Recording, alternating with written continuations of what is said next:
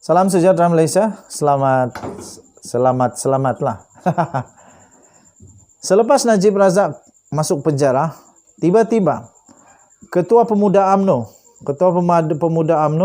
tiba-tiba mulai bersuara, iaitu Datuk Dr. Ashraf Wajdi Dusuki membuka mulut dan mulai bersuara. Diterbitkan di bharian.com.my, dia berkata, Mahkamah perlu nafikan dokumen tular keputusan rayuan Najib. Mahkamah perlu segera untuk menafikan dokumen tular yang didakwa kertas keputusan kehakiman berkaitan kes rayuan bekas Perdana Menteri iaitu Datuk Seri Najib Tun Razak sebelum keputusan sebenar dibacakan oleh Ketua Hakim Negara Tun Tengku Maimun Tuan Mat sebentar tadi. Gesaan itu dibuat oleh Ketua Pemuda UMNO iaitu Datuk Dr. Ashraf Wajdi Dusuki menerusi satu hantaran bersama dengan tangkap layar artikel sebuah portal mengenai rumusan kes berkenaan di akaun Facebook beliau pada hari ini. Justru, tuan-tuan dan puan-puan, beliau berkata, pihaknya akan membuat satu laporan polis petang ini supaya siasatan segera dapat dijalankan.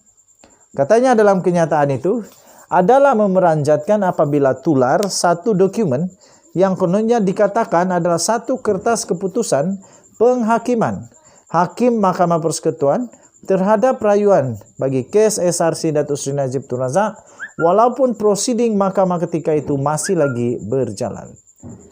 Kata Ashraf Wajdi Dusuki, persoalannya apakah dokumen ini benar dan asli? Apakah ada agenda jahat untuk memperkotak-katikkan prinsip keadilan dalam negara? Perlu ada penafian segera daripada pihak mahkamah supaya tidak timbul prasangka negatif yang boleh mencalar imej institusi kehakiman negara, katanya. Dokumen yang didakwa kertas keputusan kehakiman itu telah dimuat naik menerusi satu portal Malaysia Today. Ia dikatakan tular menerusi aplikasi WhatsApp dan media sosial lain selain boleh dimuat turun. Tuan-tuan dan puan yang dihormati sekalian, sebagai rekod Mahkamah Persekutuan telah mengekalkan sabitan dan hukuman 12 tahun penjara kepada Najib Razak dan juga denda 210 juta yang dikenakan ke atas Najib yang telah didapati bersalah menyeleweng dana 42 juta milik SRC International Sdn Bhd. Panel 5 hakim yang dipengerusikan oleh Tengku Maimun sebulat suara membuat keputusan itu selepas mendapati pembelaan Najib tidak konsisten dan gagal menimbulkan keraguan munasabah. Beliau berkata sabitan itu selamat bagi semua 7 pertuduhan dan hukuman itu tidak keterlaluan. Tambahnya lagi, rayuan sebulat suara ditolak dan sabitan dan hukuman dikekalkan.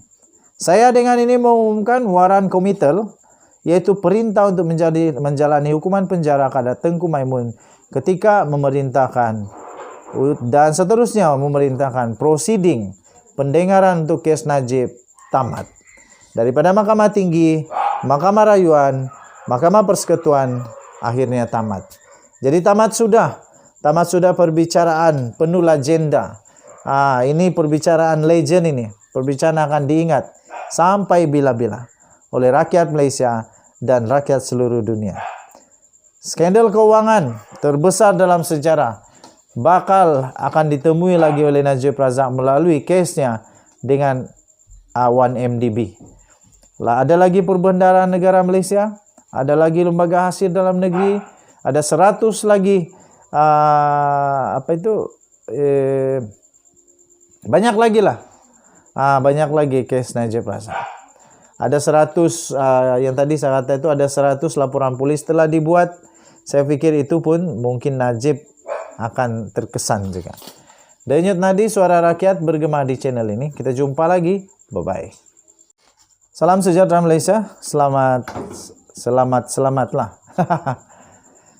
Selepas Najib Razak masuk penjara, tiba-tiba Ketua Pemuda UMNO tiba-tiba mulai bersuara, iaitu Datuk Dr. Ashraf Wajdi Dusuki membuka mulut dan mulai bersuara. Diterbitkan di bharian.com.my, dia berkata, Mahkamah perlu nafikan dokumen tular keputusan rayuan Najib. Mahkamah perlu segera untuk menafikan dokumen tular yang didakwa kertas keputusan kehakiman berkaitan kes rayuan bekas Perdana Menteri iaitu Datuk Seri Najib Tun Razak sebelum keputusan sebenar dibacakan oleh Ketua Hakim Negara Tun Tengku Maimun Tuan Mat sebentar tadi.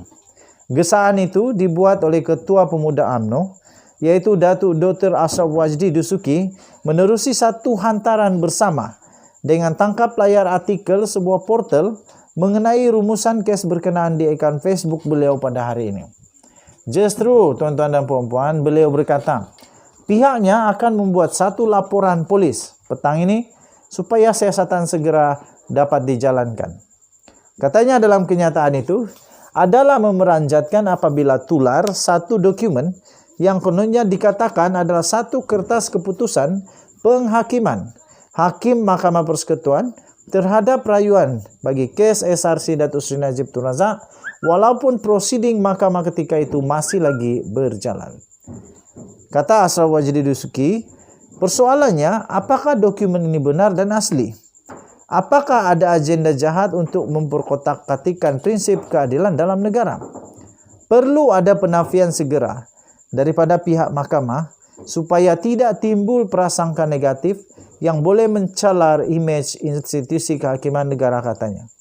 Dokumen yang didakwa kertas keputusan kehakiman itu telah dimuat naik menerusi satu portal Malaysia Today. Ia dikatakan tular menerusi aplikasi WhatsApp dan media sosial lain selain boleh dimuat turun.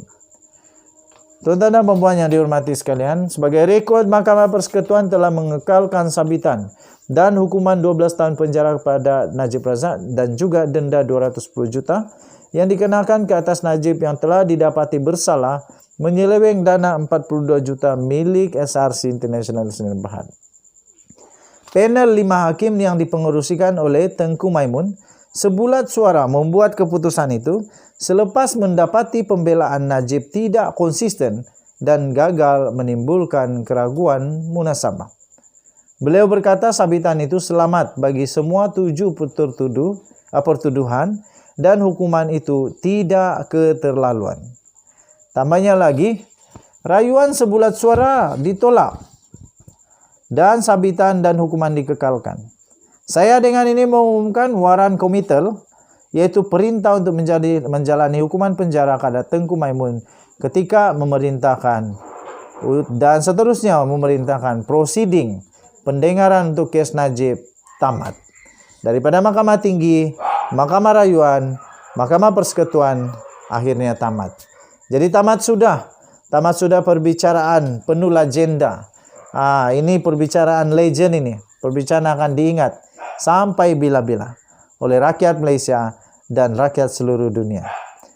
Skandal keuangan terbesar dalam sejarah bakal akan ditemui lagi oleh Najib Razak melalui kesnya dengan 1MDB. Ada lagi Perbendaharaan Negara Malaysia, ada lagi Lembaga Hasil Dalam Negeri, ada 100 lagi banyak lagi lah. Banyak lagi kes Najib Razak. Ada 100 yang tadi saya kata itu ada 100 laporan polis telah dibuat.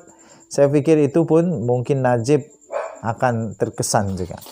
Denyut nadi suara rakyat bergema di channel ini. Kita jumpa lagi. Bye-bye.